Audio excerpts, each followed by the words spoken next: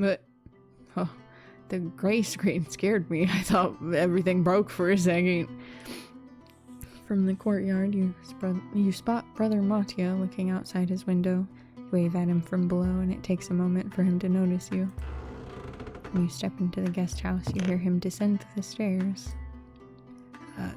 Good morning, brother. The Lady of Dawn smiles upon you. Where have you been? The cemetery. Oh. He looks wistfully at the goddess's symbols on the light-drenched walls of the foyer. The final destination of our husks of flesh. It's unlike you to be so gloomy. Come on, my guy.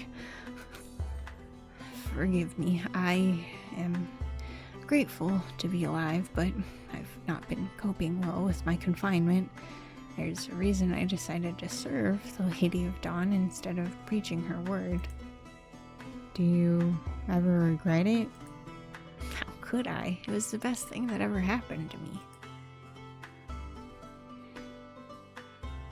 How did that happen?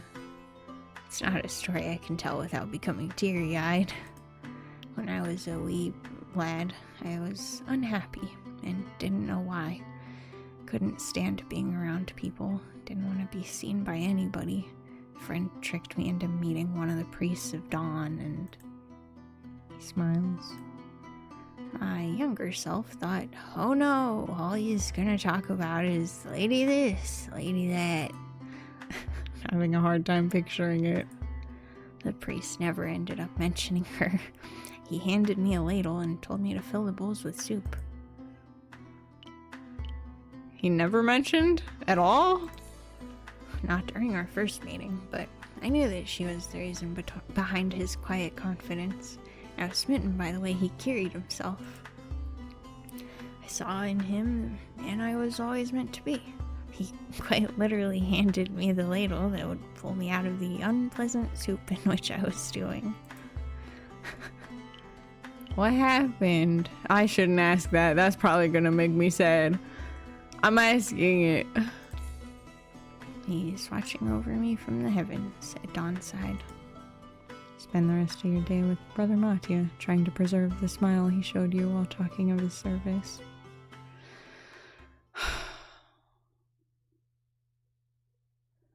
This game makes me so sad. So sad sometimes. In the quiet of your own room, the shadows envelop you like sea foam, eager to do your bidding. You lie on the bed with your eyes closed. The mattress is soft, the pillow molds to your shape. You enjoy the comfort for a moment more before your mind merges with darkness, leaving your body behind. Despite the brightness of the sky, all light is being sucked away from the ground. Rife with possibilities, the shadows that blanket every street and building welcome your prowling. Among them, the only limitation is the swiftness of your thoughts. You slither over the cobblestones, ripple downstairs, coil around trees, darkness within darkness. It's time to explore the Laverna's hideout and find her, their leader. The cove is as stunning a view as the first time you saw it, big enough for the huts and tents to be huddled together. Despite the torches being plentiful, no light reaches the high ceiling. Time, for once, is not of the essence. Eavesdrop. The ground has been covered by rugs, and the thick fibers are a wonderful nest for your lack of form. You recognize a face, that of the young man under the service of Lord Rizzo, the only bravo wise enough to refuse to fight you. Lord Rizzo didn't mention me in his last letter, did he? Please, he has more important things to think about than a pitiful worm in fancy clothing. Bravo has no answer for that. You sift through the people to find someone who could be of use to you. Most of their conversations are painfully mundane. It's infuriating. Why must they pray or whisper sweet nothings to a lover or practice counting? If they played the part of scheming snakes, you'd have no qualms about considering them irrelevant, expendable. There's one corner of the cave that you have yet to visit, all rugs and drapes watched from all corners. Incorporeal as you are, you ignore them to move forward. What in the fresh flying fuck is that about? What the actual hell? What the fucking shit? Hello? Is that a throne? It is! Wow, what the fuck?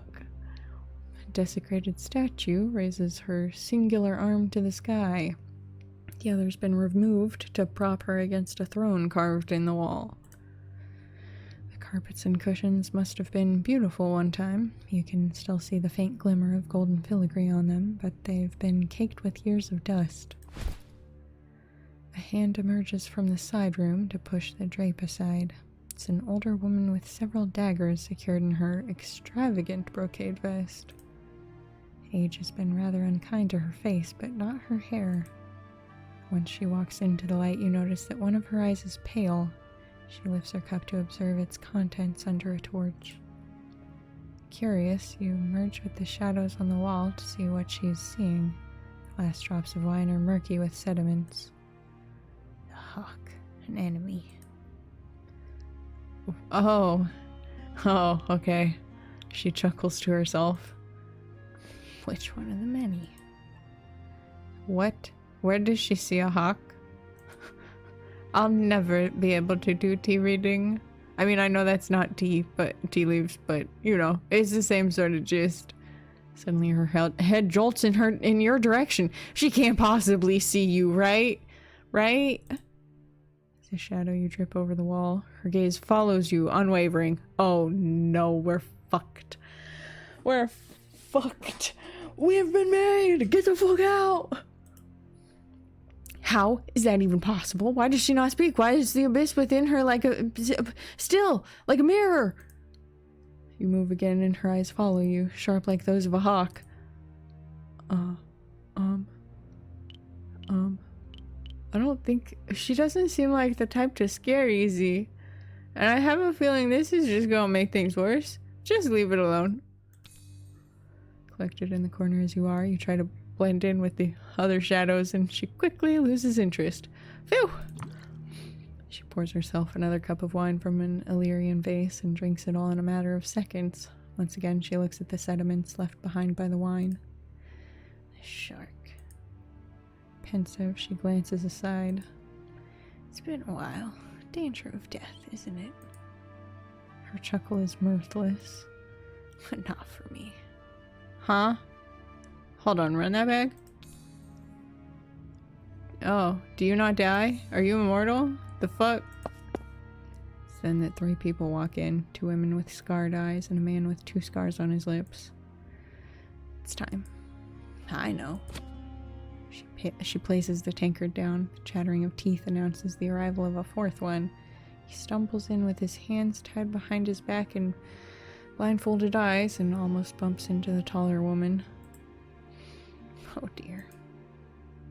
Her face is blank, yet her voice sounds so doting and motherly. She's a consummated actress. Do you know why you're here?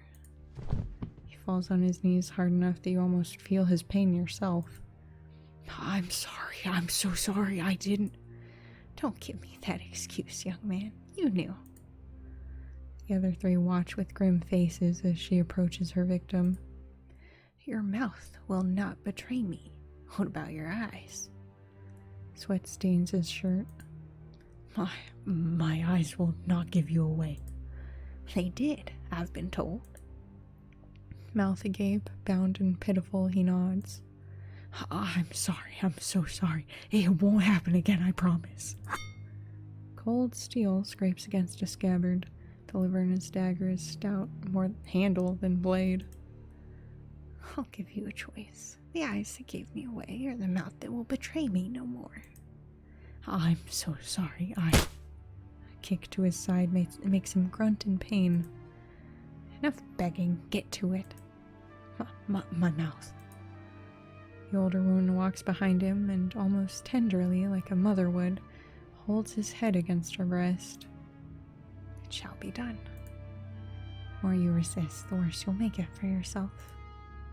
Her tenderness turns into a chokehold. The stout knife presses gently against his mouth in the same spot as Silas. That's not. Oh, that's not wise. Oh, is there nothing? Wait. Oh, we are gonna fucking get in so much trouble. We are gonna get in so much trouble, but I gotta try. It's empty. Even as the knife parts the flesh of the man's lips, she feels nothing? His screams do rouse something, numbed by wine, dulled by age. Pity. The more he screams, the more the wound opens. She used to find it funny. What the fresh fuck? The void within her is repulsive, overwhelmingly so. Okay, you slither away to go back to the surface. A sigh of relief escapes you once you're back in your room. The man's scream will haunt your night. Did the same thing happen to Silas? Well, apparently she did not scream literally at all, so that's fucking sick as hell. Was she bound and blindfolded, afraid and alone despite being surrounded by people? Yeesh. Blood chokes, the throes of death around the carnifex. The what? She was Laverna herself, their leader, right? Is she the same one? Wait, has she never died? Wait, oh no, what does that mean? Oh no. Oh no, no, no, no, no. She's not the prodigal one, is she? Oh no, wait a minute. Oh dear. She commits not the faces of those she fell to memory. She feels not the lust of blood and carnage. She could see me. Is she a fucking envoy bitch? You compared her to a still lake when she could be a thunderous hurricane. What good would that do? You receive no answer. No, you fuck! Ugh. Useless. Silence of the abyss deafens you as you leave your slumber. After dressing yourself, you leave your room. When you walk out, a figure clad in blue catches your eyes. It's Ascanio. Good morning. What the heck? Before you can answer him, the frantic sound of footsteps startles you. Oh no, what is this about? Oh no. Aleste is running down the streets with her robes clutched in her hands. Frantic, she looks above her shoulder for a moment. Zara, please help. Lady Fidelio? Two figures jolt out of an alley in pursuit. Oh no! One of them is dressed like a priest of dusk, the other like a courier. They're gaining quickly on her. Do not reveal the refrain to those curs. Distract them then! You run out of the gates. Just as you step out of the ward, a thick fog obscures your view. Ah! Oh, shit! Aleste crashes into you at full speed and you both tumble to the ground. What? It's me. Ignoring the dull pain on your shoulder where you hit the ground, you stand up and take her hand. What is this around us? The sunlight makes the mist milky white and impossible to see through. You pull Aleste through the gates of the guest house. Has this been hiding in plain sight the whole time? The sun-baked belfry crowns the refrain in its gardens, free from the magically conjured fog. Aleste's pursuers come to a halt. That wasn't there before. Where's she gone? The fog is gone as quickly as it appeared, absorbed by Ascanio's fist. Aleste hides behind you. If the sight of a mage is enough to make people walk the other way, a furious mage should have the two Laverna fleeing. I'll give you the chance to explain yourselves before I act in the capacity granted to me by the halls. His imperious tone commands the attention of the two Laverna, who squirm like worms under his hard gaze. Grinning worms. This is all a misunderstanding, my friend. Many things I am, but a friend of yours I am not. Why were you chasing a sister of dusk? Oh, we weren't, as I said, it was all... Cobblestones under their feet come alive. They swell and crawl up their feet. Two ruffians cry out and try to stomp away the rising earth, but it encases them up to their knees in a blink. Ascanio looks at them with disgust before walking away. Where's he going? You put a finger in front of your lips and nod towards the entrance, shaking with fear lest follows you inside the guest house. You're safe here. She rests her back against the wall, still heaving from her running. She lets out a choked sob before weeping in earnest. What happened?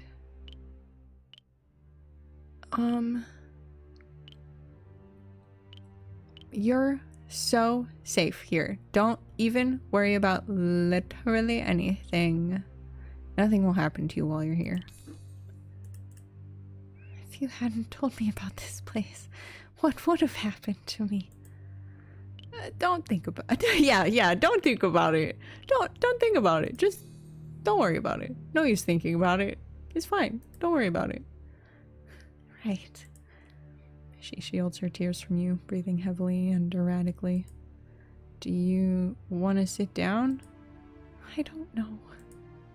Her voice turns into a broken sob. You stay by her side, offering her what comfort you can, but her words haunt you as well. The men that were following her looked like Laverna.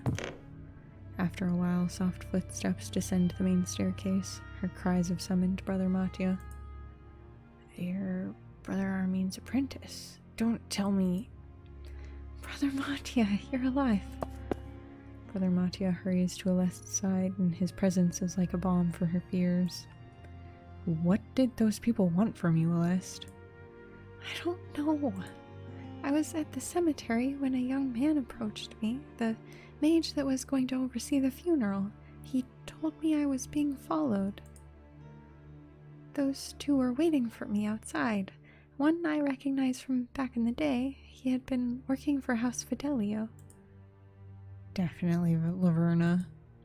I waited for them to leave with the mage as my bodyguard. Once I couldn't see them anymore, I took the long way back and joined a small group. We parted ways once we reached the city gates. I thought I'd be safe. The tears come back. I was almost back at the temple when I noticed them coming from the other side, and I started running. They didn't happen to yell out what they wanted as they were chasing you, did they? If they did, I was too terrified to hear. Brother Mattia draws the symbol of dusk in the air. From the quiet of dusk, Brother Armin interceded for you. I think so too. When the front gate opens, Aleste gasps in fear, but it's only Ascanio. His face, the picture of fury, softens when he sees the effect his sudden entrance had on Aleste. I didn't mean to startle you. The city guard has apprehended those despicable people. Thank you. A half smile tugs at his lips for a moment. Anytime. As much as I'm relieved to see you unharmed, I must ask, Sister Fidelia, what possessed you to find sanctuary here? Sister Aleste, I renounced my house name to take my vows, and she tries to muster a smile while looking at you, but her fear is still too fresh in her mind. It doesn't come out quite right. It was Zara who told me about this place. You two know each other? Of course. So did you before losing your memories. Wait, real? Ascanio rolls his eyes. You staged your own death and dropped the Legrande house name for a reason. I didn't want to ruin your ruse. He knew all along? Wait a minute.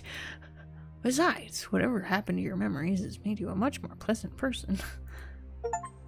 Oh, okay. Sister Aleste, the refrain will offer you sanctuary in your hour of need.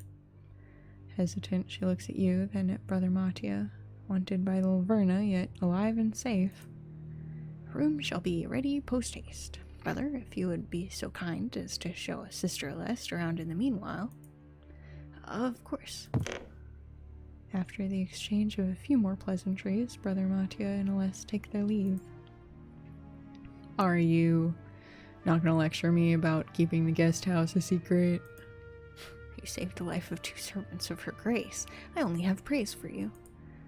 With that said, I cannot give them asylum indefinitely. They will have to return to their temples. What will happen then? I'm taking care of it.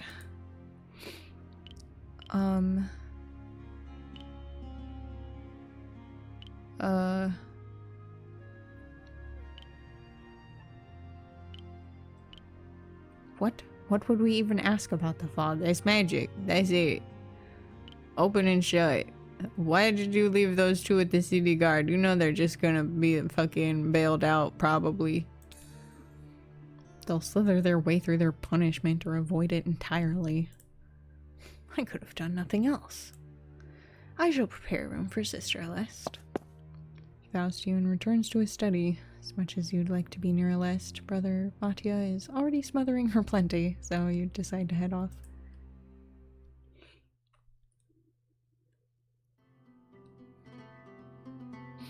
Your first stop is Nessa's apothecary, which you smell before you see. The fresh notes of herbs and flowers leave a powdery scent behind. The windows of the squat building are open, and Nessa's leaning over the counter to hand a small vial to a patron, member of the city guard. I added some mint to make it somewhat refreshing.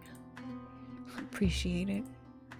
She pockets the concoction, takes the halberd resting against the wall, and salutes you with a brisk nod. Envoy, come in. You head to the back of the shop.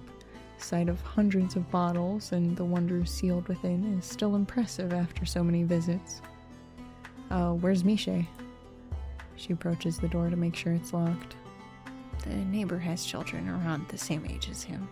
I asked her if they could spend some time with the boy. Her sigh is as sudden as it is intense, almost a scoff in nature. What's wrong? He's perfectly well behaved. What's the fucking problem with you? I took him under my wing because you personally requested it, Envoy, but I'm not his mother. I can't give him what he prays for at night. Yeah, well, his mother's shit, dude. She's still on my hit list. But it's good that you're not his mother because she's a piece of shit. You're better than that, right? Right, Nessa? After everything his mother's done to him, he still wants her back. Of course he does, because he's just a kid, dude. Fucking fuck. I can almost hear his broken little voice. He asks the Lady of Dusk to treat his father well and begs the Prime to have his mother back.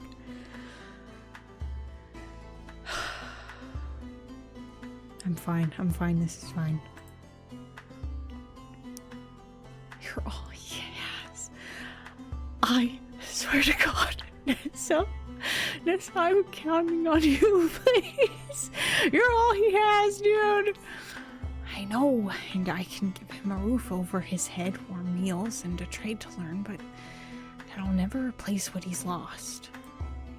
Now to my problem. Because being Misha's unwilling guardian wasn't the problem. That's good, I'm glad. Thank you. I'm glad that every time we talk about this, I do end up being more appreciative of you. Once a month, I deliver tinctures to the pillow houses, concoctions to prevent pregnancies and diseases. Yesterday, on my usual trip, I saw a woman who... She makes a vague gesture with her hand. A baby bump gesture? For an uncanny similarity. Oh! What the fresh hell? Wait, you're saying I'm actually gonna get to enact my revenge on his mother? Wait a minute. Hold on.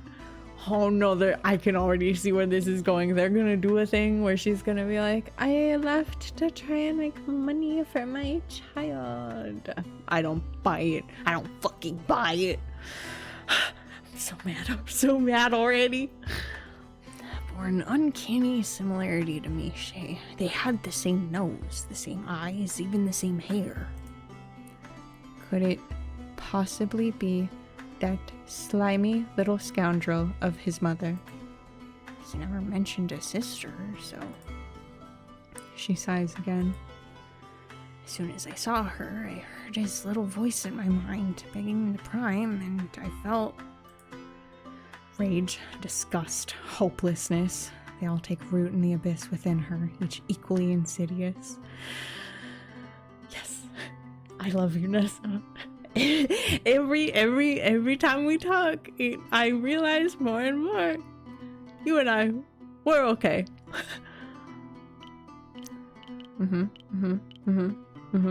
Yes, rage. Tap into that. Really lean into it. Embrace it. We single it out. The shadows consume hopelessness and disgust to crown her rage. I was furious, Envoy. The one Miche was asking for every night was in front of my very own eyes. She didn't even look content. No, she abandoned her child to be shackled. Did you mention Miche to her? I didn't. He's not my child, and I'm not his mother, but I have come to care for him. Within her abyss, the shadows speak for her as she falls silent. What if his mother changed her mind? What if she wanted him back? Well, that's too bad, because that's a fucking... No. No. I'm so actually fucking... I'm livid. I'm truly going to fucking spontaneously combust. Nessa would have no chance, except she would, because she actually gives a shit, unlike this flippy floppy two-faced motherfucking... Okay. All the words she's taught him, the herbs that she's given him to be chopped, the meals she didn't eat to feed him, would all have been for naught. Do you think I should talk with her the next time I take my tinctures to her pillow house? No. You don't want to. You should tell me where this place is, and you should let me just go talk. We'll just talk. I just want to talk. I just want to talk. Nessa, you don't want to. I don't know. That's your answer. Nessa! Miche's voice rings like a bell from outside. Miche, your Hallmark. I need vinegar!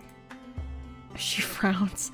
Instead of waiting, Miche begins climbing the window and his arm protrudes inside. I need it fast! What happened? Stefania fell and her knee is open and there's a lot of dirt on it and it needs to be cleaned. It's quite impressive how he managed to say all of that in a single breath. Here you are. Warn her about the sting. She hands him a dark flask with a pungent odor. Thank you!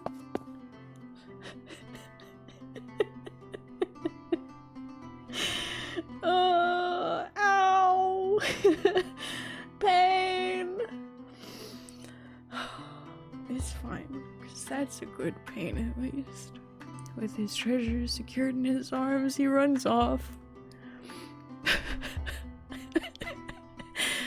Yeah, I feel that. He must not like that little girl much to ask for vinegar instead of honey. Blame Lapo for that. He's partial to vinegar and the boy has grown to admire him. Miche runs back after some minutes with the empty flask, which he leaves on the counter without a word before darting away again.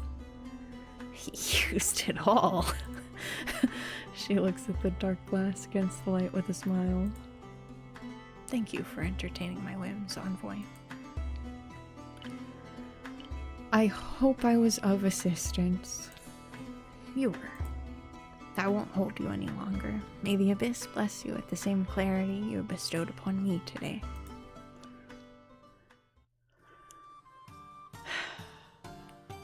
It's a hot summer day and the heat is affecting even you.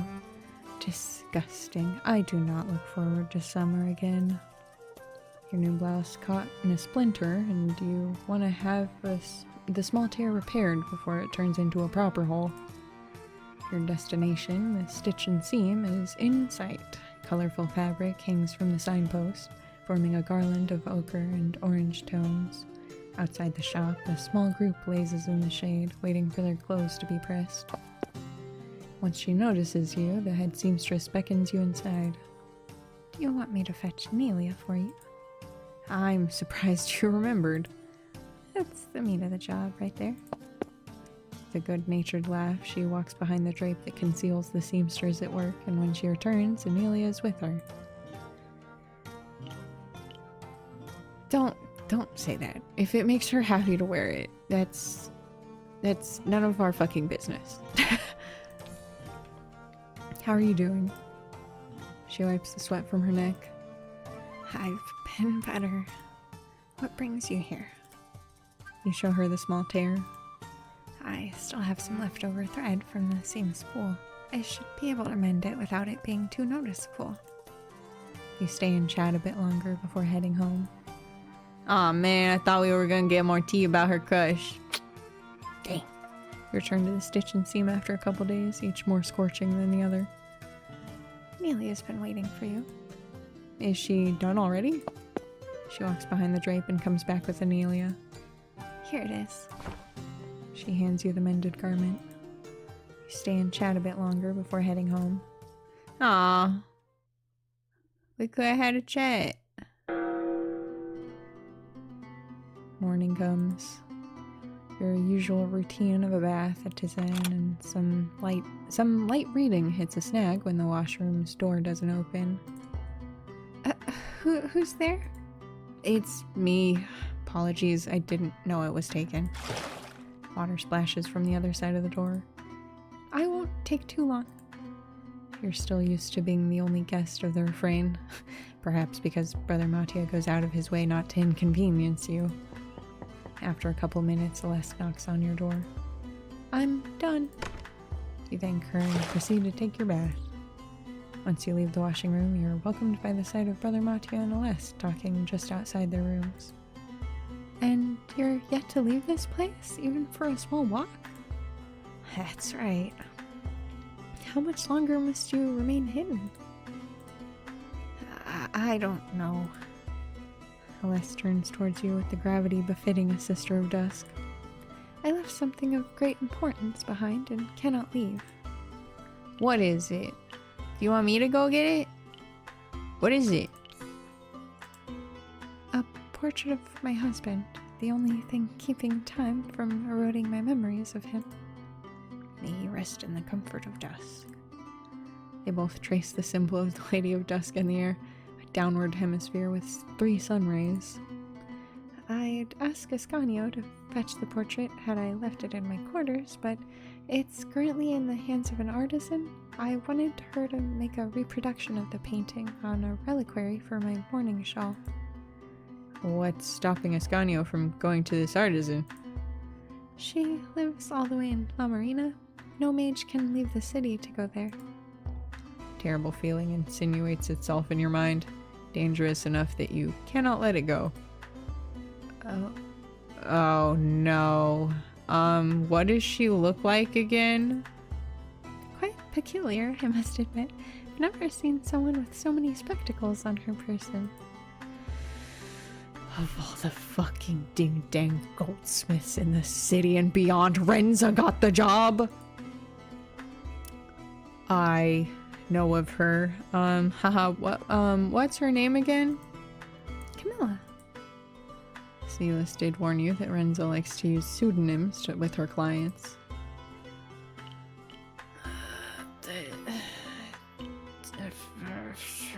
It's fine, don't worry about it, it's fine.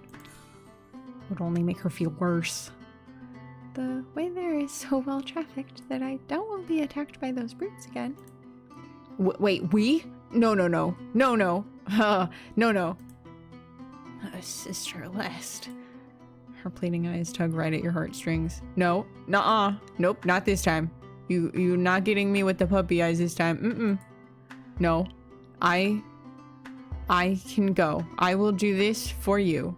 Please, if you come with me, this is gonna get so motherfucking complicated. I don't even want to think about it. I can go on your behalf. Is there anything special I need to tell Camilla? We never ended up making the code system she mentioned to me. Just tell her my name. Totally. That's what I'll do. I definitely will do that and not just steal it back from her. Curtsy and head downstairs. The sun's scorching rays whip your skin once you leave the shade of the city. Only reptiles seem to enjoy the heat. Tiny lizards baking atop rocks, or snakes brazenly uncoiled at the side of the dirt path. As you pass the cold-blooded creatures, you're reminded of your previous visit to Renza. She was terrified of you, not enough to leave you alone afterwards. The cobblestones that pave La Marina drown in golden sand. On the other side of the river, a massive boat is under construction. The planks remind you of the ribcage of a giant. Curtains of Renza's workshop are drawn to shield her from the direct sun. Yeah, we're not doing that. We're just gonna do this sneaky sneak. You round the corner to be out of sight and submerge yourself in the shadows like a crashing tide. With the sun so high in the sky, you contort yourself among grains of sand to reach Renza's doorstep and slide underneath. Sick. Ah, shit! Just as you thought, she's in her workshop. A lacquered box with jeweled corners crowns her work table. This must be the reliquary box Celeste commissioned. Bare wood of the lid is singed where the gold leaf portrait should be. Fuck, it's incomplete. Fuck. Finish it, lazy ass. As for the portrait you're looking for, it's stowed on top of the bookshelf. You crawl the walls to look at it from the ceiling. It depicts a smiling man holding a handful of coins, so bountiful they spill from his fingers. Renza's hunched over another project. Spectacles sit on her nose, and she has 2 more pairs on her person and 1 on the table. If you want to get your hands on the items, you'll need to leave the shadows. Oh, yes. 100% yes. Wait, we're gonna knock and then come back in immediately, right? Right? That's the plan, right? This isn't gonna just be I go and knock and then I'm like, hey, hey girl, hey. Cause that's not it. That's not the vibe. You turn outside, reform into your physical body and knock. Hear footsteps and Renza's muffled voice from the other side of the door. What? I'm busy.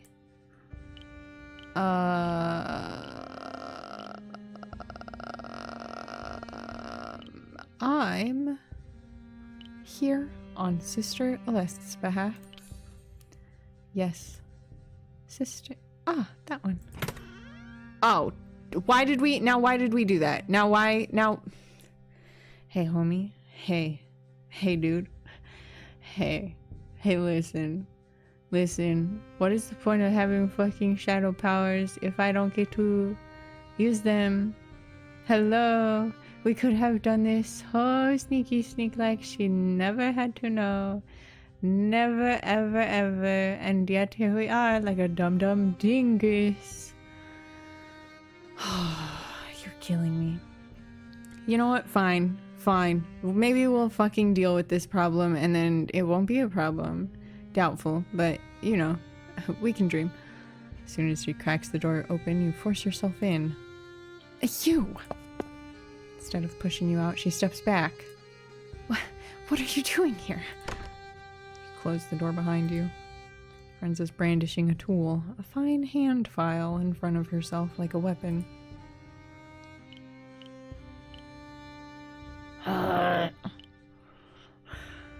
Hey. Listen. I don't know, okay? I don't know what I'm doing here. I don't know what I'm doing. This isn't the plan. This wasn't the plan. I mean, I'm not gonna have the shadows murder. I'm just gonna, you know, have them scare her. Eager to please you, the shadows bubble forth, thick like honey, and wrap themselves over her limbs like vines. She tries to move, but is bound in place. What's so important to risk a visit from the warden? My magic is no concern of the halls. You twist your finger and a particularly heavy shadow coils around her neck to rest on her cheek, ready to choke her cries for help. See? The abyss within her, refined and polished like a gemstone, cracks with genuine fear once it's clear to her that the warden won't come to her rescue. What do you want? Renza is supposed to be a high-ranking member of the Laverna. She might know what Silas doesn't.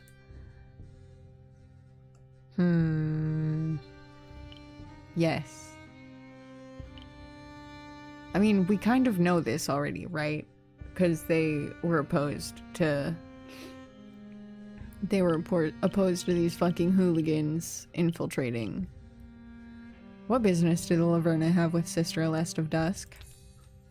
Hearing you mention their own name drenches her in dread. Ha!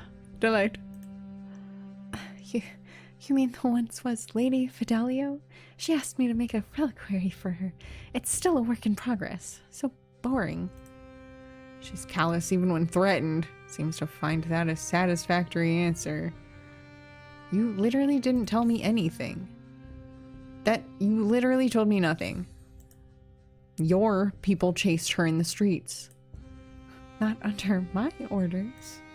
Whose then? She doesn't answer immediately. Her lips purse as she thinks and rephrases and hesitates until she spills what she knows. One cannot cut ties with a house like she did and expect them to play fair. What the fuck are you implying? That if I was the matron Lady Fidelio, I'd find ways to have my prodigal granddaughter returned. You can hardly believe your ears. Aleste's own blood hired those ruffians? One more thing. If kidnapped and tortured... Oh, we get to ask both! Wow, what a shocking turn of events. You've kidnapped and tortured members of the clergy. Why? What do you mean, why? Because they were an inconvenience. Explain yourself. They were making a fuss about us. That defeats the point, doesn't it?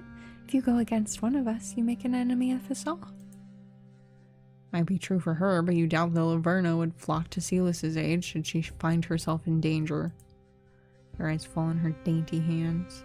Renza looks so inoffensive, more concerned with the precision of her craft than the brutality of the Laverna, and yet she has underlings of her own, and the coin she makes flows into the Laverna's pockets.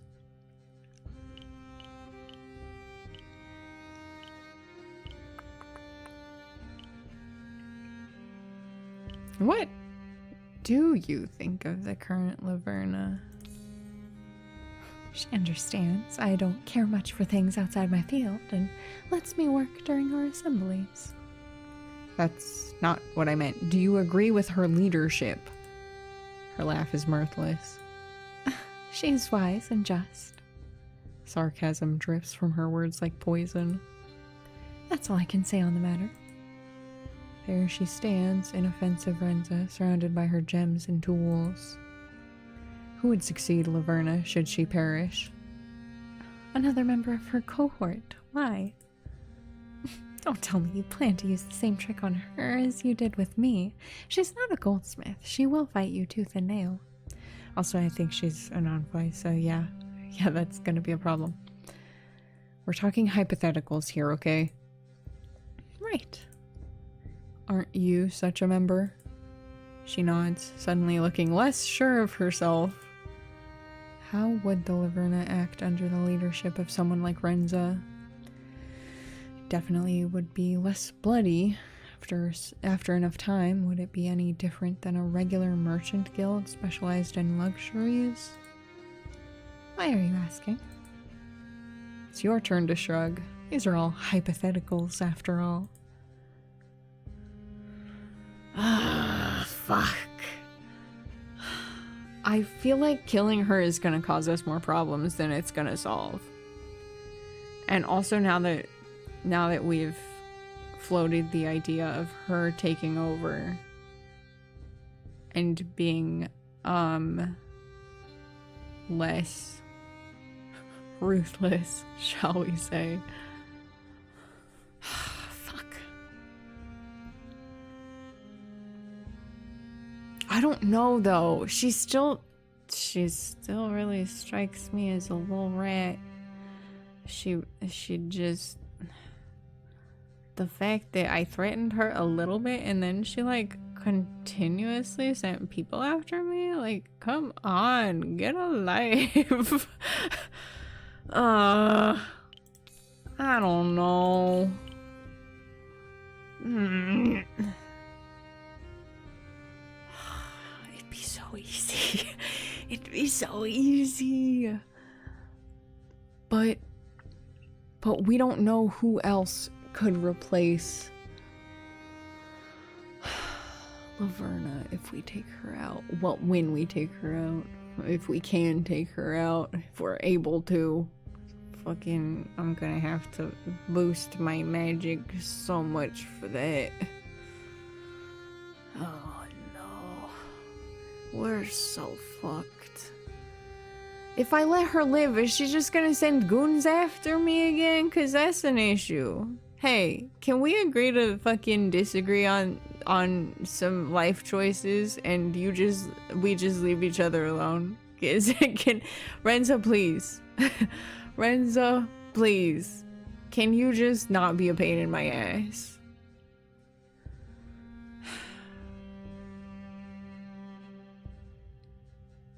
Did she cause Malik problems? I don't think she really did, right? She just shops there a whole bunch. Fine. Fine. I'm gonna regret this. You just watch. I'm going to regret this. I'm sure of it. But I need contingencies. And unfortunately, you're one of the few that we have at the moment. Thank you for your cooperation. Are you leaving? After taking this, grab the oval portrait on top of the cabinet. What? Why do you need that? I'm sure you must have guessed by now. You raise your other hand. Shadows coalesce in your palm, forming mesmerizing shapes. Tell anyone I was here, and you'll have a taste of my retaliation. Right. As you leave, she slumps against the wall, covering her eyes with her arm. Glad to be alive, perhaps? I guess this time I didn't hurt her, right? I guess last time I did kind of actually hurt her, and so maybe that's why she was so pissed. That's fair, I guess. Yeah, that's fair, I guess.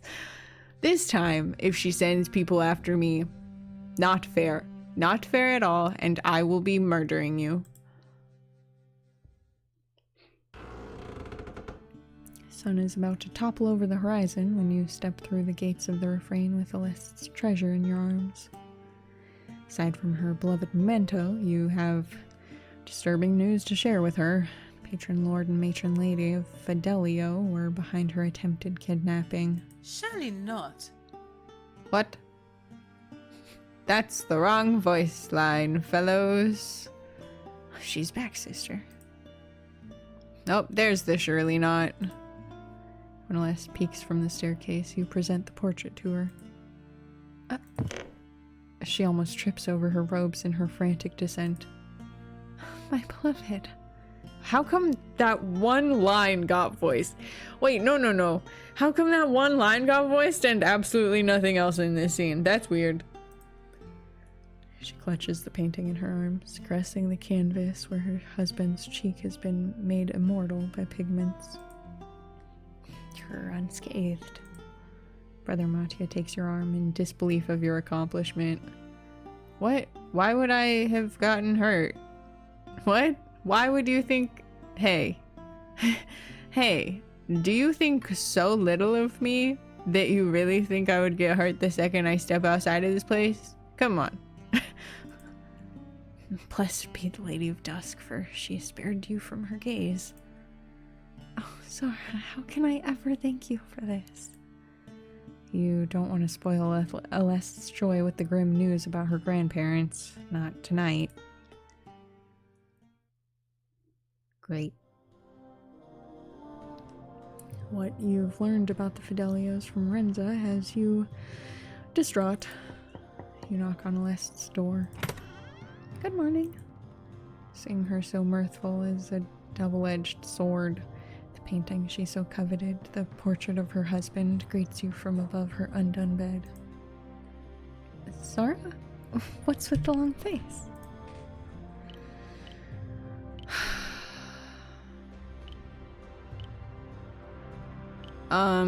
Hey, so how close were you with the patron lord and the matron lady?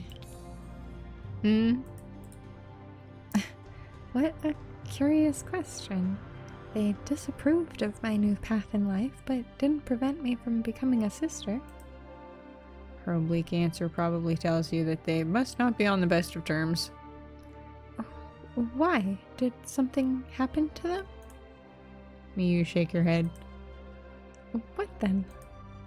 I, learned who sent those ruffians after you.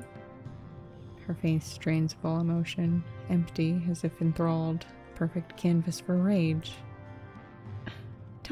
Don't tell me it was them. It hasn't settled in, not fully, you think, because when it does, Alessa's brows turn into a knot that crowns her blazing eyes. How dare they go back on their word? I had to discard my parents and disown my name to live as a sister. Those were their conditions. And now they stoop so low as to hire ruffians to have me return? She stomps her foot on the floor. I refuse. Her eyes burn with defiance. Are those scoundrels still looking for me? I can't say for certain. Brother Matia's door cracks open. Sister, what has you so agitated? My apologies, brother. Did I interrupt your thoughts? Her voice turns into a hushed whisper. I must send a letter to my cousin. We've always been close. I pray she'll be inclined to help me. She reaches out for your hand to clutch it. Thank you again. You leave her to her letter under the watchful gaze of her beloved husband, forever young in the painting on the wall. Once the dust settles, you decide to seize the day.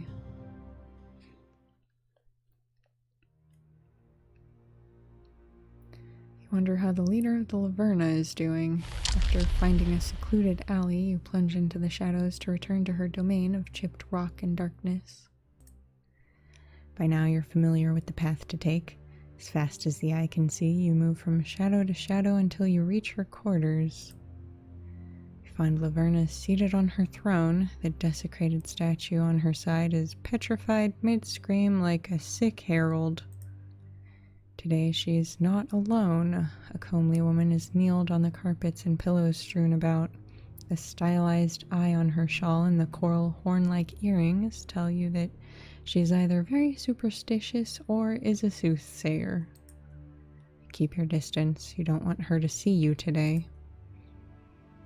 What good is your gift if it can't tell me where the priestling is?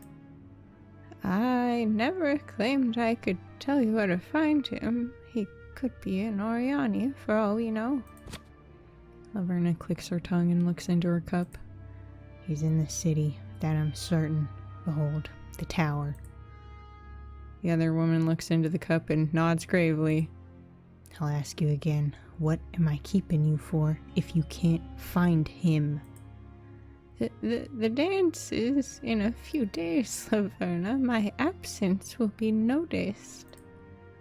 Laverna concedes with a cruel smile. I do love your antics there. To other matters, then. Do not fear the Laverna. That's the hidden name. Narrowed down. Oh, wait. I've narrowed down who's responsible for that tune. Fuck. Shit. Fuck. This is exactly what I didn't fucking want. Fuck. Oh no. Oh no. Oh no, no, no. It's a red-headed minstrel. Fuck. Fuck. Fuck. She knows Valfion? There really aren't many redheads around here. Any reason why they've managed to avoid us? None, Laverna. You might want to start rounding them up before this shit song spreads. As you wish. Laverna tries to drink from the cup, but only sediments are left, and her face scrunches in disgust. This spying on her has confirmed that the plan you set in motion is working, slowly but surely. She seems vicious and vengeful, strangely accurate in her divinations. She could also see you from within the shadows. By all accounts, she seems blessed by the abyss. Yet the darkest hour will see her blood spill on the ground and make it fertile for your roots to spread. You observe the two a while longer before leaving. Well, fuck.